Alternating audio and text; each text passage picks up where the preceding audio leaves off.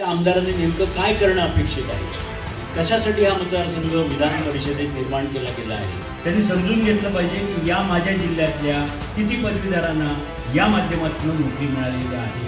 ही जुनी पेन्शन योजना लागू करणं हा आमचा पहिला प्राधान्याने असलेला विषय आहे, अशी आमची भूमिका असेल। नंबर 4, जे तरी लोकसभेचा तुम्ही हा रेफरन्स दिला असला तरी ही जी निवडणूक आम्ही लढतो कोकण पदवीधर मतदारसंघ, ही निवडणूक निश्चितपणाने आम्ही अतिशय ताकदीने महाविकास आघाडी म्हणून निश्चितपणाने लढू आणि त्यात विजयी देखील।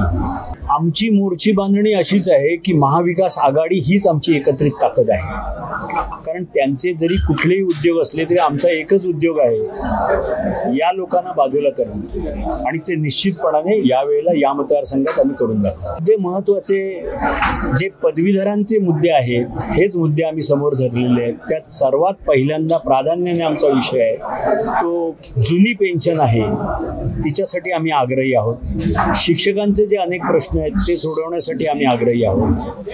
पदवीधरांचे जे प्रश्न आहेत ते जिल्हा उद्योग केंद्राच्या माध्यमातून किंवा स्थानिक जे उद्योग आहेत तिथे स्थानिकांना प्राधान्य देणं, त्याचप्रमाणे UPSC MPSCची जी जिल्हानिहाय जी काही सेंटर्स आहेत ती सेंटर्स चांगल्या पद्धतीनं सशक्त करणं, आणि कोकणात स्पेशली पर्यटनाच्या माध्यमातून या पदवीधरांना जास्तीत जास्त संधी उपलब्ध करून कशा देता येतील याच्यासाठी एकत्रित परिणाम म्हणून आम्ही तो प्रयत्न करणार आहोत।